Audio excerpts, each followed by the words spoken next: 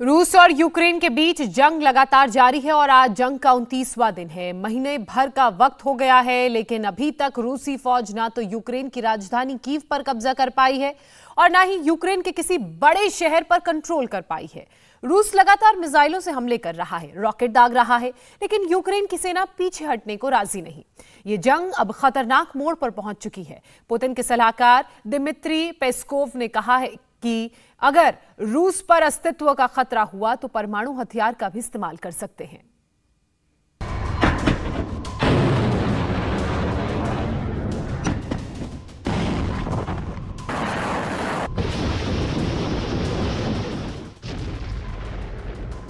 रूस यूक्रेन युद्ध की ये सबसे लेटेस्ट तस्वीर है। ड्रोन से ली गई तस्वीर में आप रशियन टैंक्स को एक जोरदार धमाके से उड़ते हुए देख रहे हैं। यूक्रेन की सेना ने रशियन टैंक को टारगेट कर निशाना किया और जोरदार धमाके के साथ टैंक के परखच्चे उड़ गए।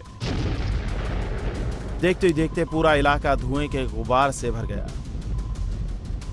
रूसी सेना और एयरफोर्स लगातार यूक्रेन पर मिसाइल से, रॉकेट से, फाइटर प्लेन से अटैक कर रही है। जंग का आज 29वां दिन है, लेकिन रूसी फोर्स अभी तक यूक्रेन की राजधानी कीव पर कब्जा करने में नाकाम रही है। यूक्रेन की आर्मी रूस को मुंह तोड़ जवाब दे रही है। यूक्रेन ने रूस के सामने झुकने से इनकार कर दिया है। इस जंग का खौफ दोनों देशों के सीमा से बाहर भी दिखने लगा है। दुनिया पर परमाणु युद्ध का खतरा मंडराने लगा है। रूस के राष्ट्रपति पुतिन ने भी परमाणु युद्ध से इनकार नहीं किया है, लेकिन यूक्रेन पर रूस के हमले का विरोध उसके घर में भी अब जोर पकड़ने लगा है। रूसी राष्ट्रपति व्लादिमीर पुतिन के वरिष्ठ सलाहकार एंतोली चुबाइस ने अपने पद से इस्तीफा दे दिया है। एंतोली ने यूक्रेन पर रूस के हमले का विरोध किया था।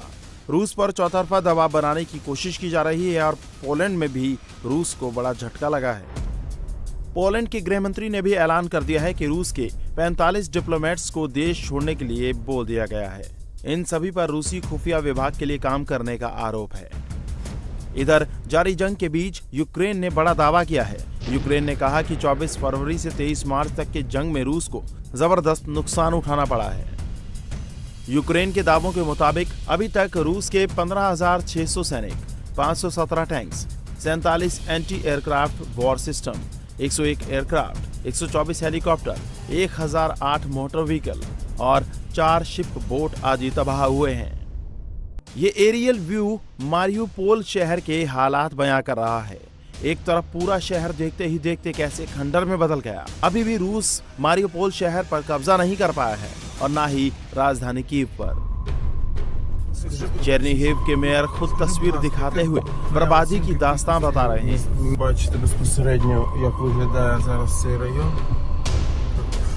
इस जंग में रूस अभी भी राजधानी कीव और मारियुपोल पर कब्जा करने में नाकाम रहा है। ऐसे में आशंका है कि रूस कहीं यूक्रेन को तबाह करने के लिए परमाणु हथियारों का इस्तेमाल न कर बैठे। रूस अगर न्यूक्लियर वॉर शुरू करता है या उसको हमला करना पड़ता है तो ये काम उसकी स्ट्रेटेजिक मिसाइल फोर्स करेगी, जिसका काम है परमाणु हथियारों की सुरक्षा करना और जंग में उनका इस्तेमाल करना। स्ट्रेटेजिक मिसाइल फोर्सेस 2 हिस्सों में काम करेगी। पहली स्ट्रेटेजिक ऑफेंसिव फोर्स, जिसके पास 2440 न्यूक्लियर बम है, ये लंबी दूरी वाले टारगेट को लॉक करेगी। दूसरी है नॉन स्ट्रेटेजिक फोर्स, जिसके पास 1875 परमाणु बम की जिम्मेदारी है, ये मध्यम दूरी वाले टारगेट पर हमला करेगी। इसके अलावा रूस एयरफोर्स के पास 495 एटॉमिक वेपन है, नेवी के पास 905 परमाणु बम है और रशियन आर्मी के पास 90। रूस की सेना की वर्किंग बाकी सेनाओं से काफी अलग है। रूस की न्यूक्लियर फाइल्स के पन्ने आप जब पलटेंगे तो यकीन करिए छोटी से छोटी बातों का पूरा जिक्र है, जैसे किस प्लेन से कितनी बार कितने बम गिराए जाएंगे। रूस बॉम्बर प्लेन के जरिए 580 एटॉमिक बम गिरा सकता है। Tu-95 MS बॉम्बर से 448 और Tu-160 बॉम्बर से 132 बम गिराए जा सकते हैं।